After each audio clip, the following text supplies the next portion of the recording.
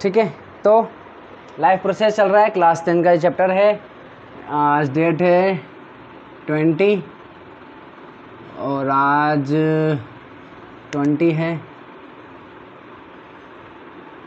चलिए, कश्मकश में चल रही है ज़िंदगी, करें कि क्या करें, क्या करें कि ना करें। चलिए, टाइप्स ऑफ रेस्पिरेशन पढ़ लिया था हमने, एरोबिक रेस्पिरेशन और एनारोबिक रेस्पिरेशन। ठीक है, बात समझ में आ गई थी आप लोगों के। आज हम पढ़ेंगे, देखिए पहले हमने न्यूट्रिशन में क्या पढ़ा था, न्यूट्रिशन इन अमीबा, फिर न्यूट्रिशन इन ह्यूमंस और फिर न्यूट्रिशन इन प्लांट्स। उसी तरीके से हम यहाँ पर रेस्पिरेशन में क्या पढ़ेंगे, रेस्पिरेशन हमने किसमें देख लिया, ह्यूमंस में देख लिया, और अब क्या देखेंगे, रेस्पिरेशन इन प्लांट्स। ओके, चलिए ठीक है, तो रेस्पिरेशन इन प्लांट पढ़ेंगे आज। तो ये हमारे पास दो डायग्राम हैं। तो रेस्पिरेशन आज हम पढ़ेंगे डे और नाइट में, ठीक है ना, ये डे का है और नाइट का है, NIGHT। ठीक है अब बच्चे जो है ना वो फोटोसिंथेसिस और रेस्पिरेशन में क्या हो जाते हैं, कंफ्यूज हो जाते हैं।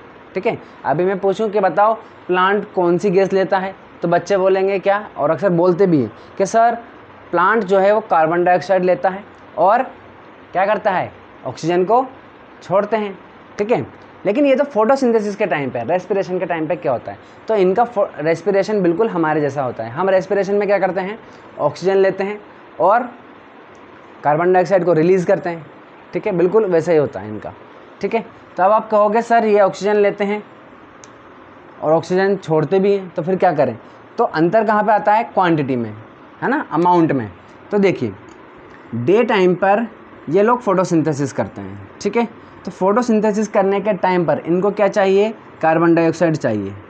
क्या चाहिए, कार्बन डाइऑक्साइड। ये लोग क्या ले लेते हैं, कार्बन डाइऑक्साइड लेते हैं और क्या रिलीज करते हैं,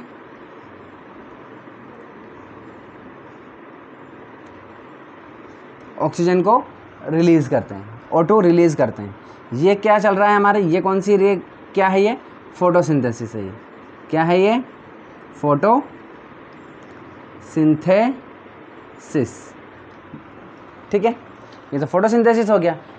लेकिन रेस्पिरेशन के टाइम पर क्या होता है, रेस्पिरेशन के दिन में रेस्पिरेशन भी होता है, मतलब फोटोसिंथेसिस भी हो रहा है और रेस्पिरेशन दोनों एट अ टाइम हो रहे हैं ना, दोनों साथ साथ चलते हैं, है ना।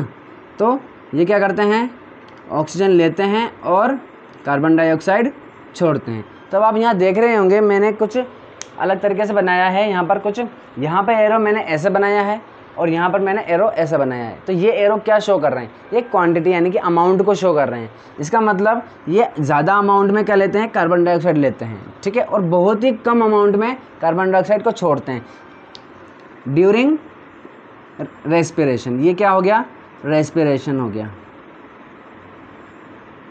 बात समझ में आ गई।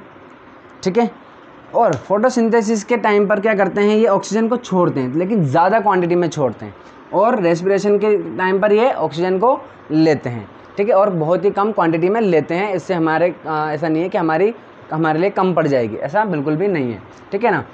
तो ये जो ऑक्सीजन है इनको कम, रेस्पिरेशन के लिए कम ऑक्सीजन की ज़रूरत क्यों है, इसीलिए है क्योंकि ये ज़्यादा एक्टिव नहीं है। हम तो ज़्यादा एक्टिव होते हैं, एनिमल्स बहुत सारा काम करना होता है, चलना फिरना, दौड़ना भागना, ये सब काम करना होता है। लेकिन प्लांट तो एक ही जगह पे खड़ा होता है, इनको ज़्यादा एक्टिव करने की, इनको ज़्यादा एनर्जी की ज़रूरत नहीं होती, इसीलिए ये ऑक्सीजन कम लेते हैं और कार्बन डाइऑक्साइड कम छोड़ते हैं। और फोटोसिंथेसिस, इनको खाना ज़्यादा बनाना होता है, क्योंकि ये किसके लिए, खुद के लिए तो बनाते ही हैं, खुद तो बहुत ही कम यूज़ करते हैं खाने को। इनका जो फूड है वो पूरी वर्ल्ड, पूरा एनिमल्स यूज़ करते हैं, इसीलिए ये लोग खाना ज़्यादा बनाते हैं। तो कार्बन डाइऑक्साइड ज़्यादा लेते हैं और ऑक्सीजन को ज़्यादा छोड़ते हैं। ठीक है, चलिए अब नाइट में अगर हम देखें तो नाइट में क्या फोटोसिंथेसिस होगा, क्या नाइट में फोटोसिंथेसिस नहीं होगा नाइट में, लेकिन फिर भी क्या होगा, रेस्पिरेशन होगा। लेकिन नाइट के टाइम पर ये जो रेस्पिरेशन में जो अमाउंट है ये हल्का सा बढ़ जाता है। ठीक है, फिर भी कंपैरेटिवली अगर हम इससे देखें तो इससे कम होता है, इससे ज़्यादा और इससे कम। ठीक है,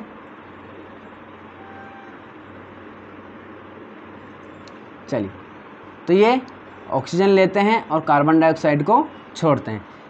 नाइट के टाइम पर क्या होता है, नाइट के टाइम पर रेस्पिरेशन में ऑक्सीजन की क्वांटिटी बढ़ जाती है और कार्बन डाइऑक्साइड की क्वांटिटी भी बढ़ जाती है, ठीक है ना, लेने का और छोड़ने का। बात समझ में आ गई।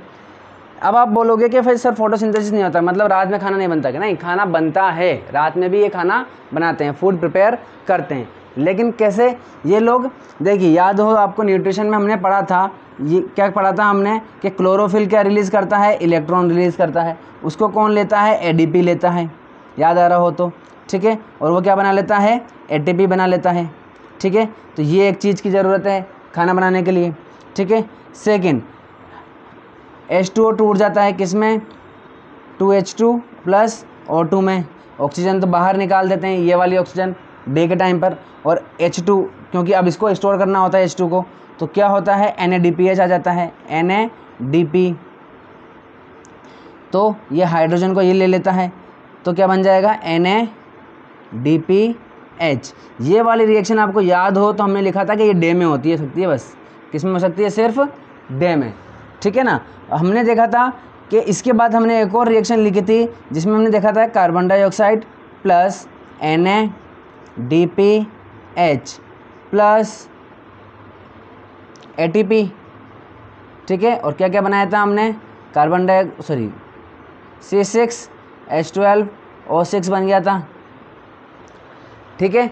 और यहाँ से हाइड्रोजन आ गया, यूज़ हो गया, तो क्या क्या क्या रह जाएगा? बस NADP प्लस, और यहाँ पर एनर्जी यूज़ हो गई, तो क्या रह जाएगा? ADP।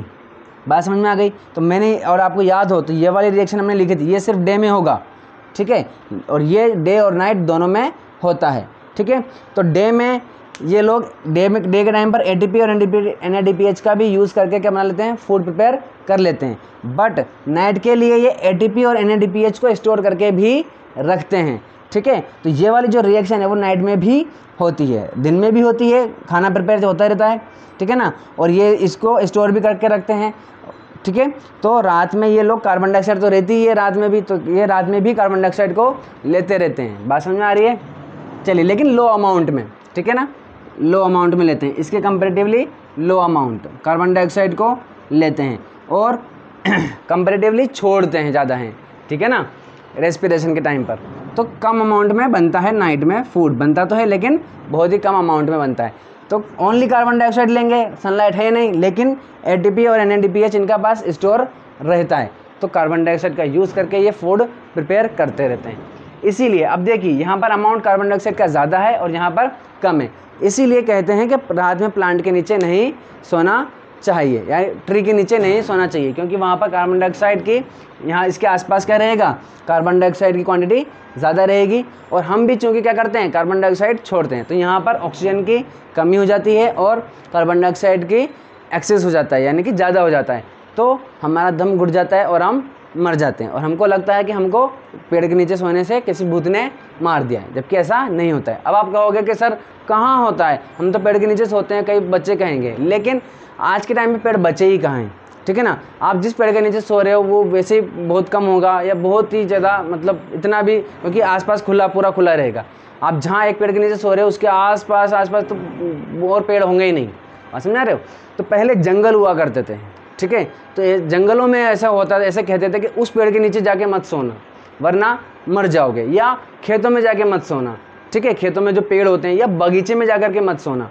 बात समझ में आ रही? बगीचों में अक्सर डेथ हो जाती है, या खेतों में हो जाती है, या जंगल में जाने के बाद हो जाती है। तो जहाँ पर पेड़ों की ज़्यादा क्वांटिटी होती है वहाँ पर होगा।